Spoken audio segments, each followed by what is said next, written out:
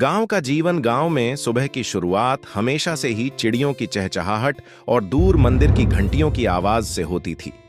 ये एक छोटा सा गांव था जहां लोग अपनी अपनी धुन में रहते थे। गांव में एक पुराना मंदिर था जो पीपल के पेड़ के नीचे स्थित था। मंदिर का पुजारी पंडित रामानुज हर सुबह गांव वालों के लिए पूजा करता और उन्हें धर्म का ज्ञान देता था। गांव वालों की जिंदगी सादगी भरी थी, पर एक चीज थी जो सबको एक सूत्र में बांधती थी, उनका मंदिर। इस गांव में हर व्यक्ति के लिए मंदिर का एक अलग मतलब था। किसी के लिए वह शांति का स्थान था, तो किसी के लिए अपनी परेशानियों से मुक्ति पाने का जरिया।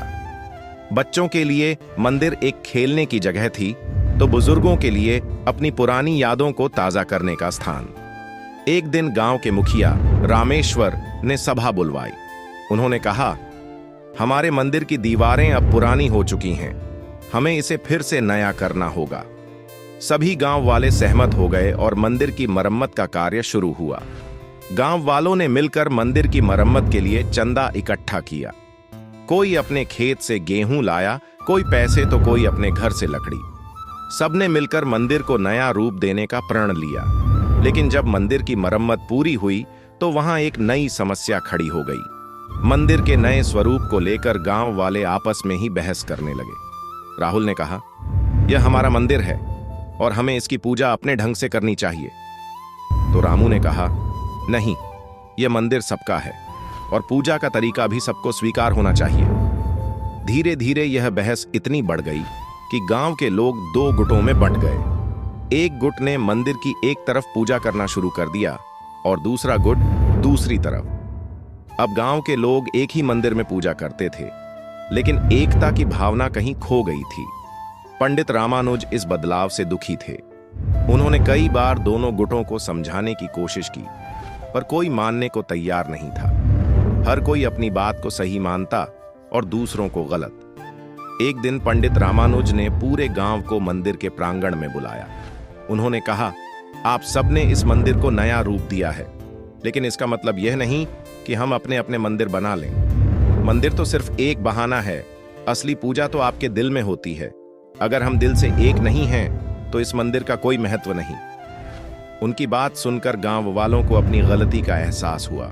उन्होंने एक दूसरे से माफी मांगी और वादा किया कि वे फिर कभी अपने मतभेदों को मंदिर के पवित्रता पर हावी नहीं होने देंगे। धीरे धीरे गांव में फिर से एकता आ गई। लोग फिर से एक साथ पूजा करने लगे और मंदिर फिर से सबका हो गया।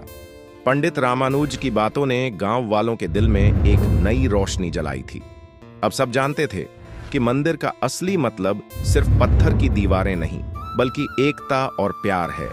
इस प्रकार गांव वालों ने यह सीख लिया कि अपने अपने मंदिर में पूजा करने से बेहतर है एक ही मंदिर में मिलकर पूजा करना। इस घटना ने गांव में एकता की भावना को और मजबूत कर दिया और मंदिर फिर से सबके लिए एक पवित्र स्थल बन गया। ये कहानी गांव की एकता और धार्मिक सहिष्णुता की एक मिसाल है। इसे आप वीडियो के रूप में दर्शा सकते हैं, जहां गांव का जीवन, मंदिर की मरम्मत और पंडित रामानुज का संदेश मुख्य बिंदु होंगे। क्या यह कहानी आपकी आवश्यकता के अनुसार है? तो दोस्तों, आप लोगों को यह स्टोरी कैसा लगा? अच्छा लगा तो लाइक कमेंट करके जाना, और हमारा चैनल में नए हैं तो सब्सक्राइब करके जरूर जाना, ताकि इसी तरह इंटरेस्टिंग स्टोरी आप लोगों के पास लाता रहूंगा।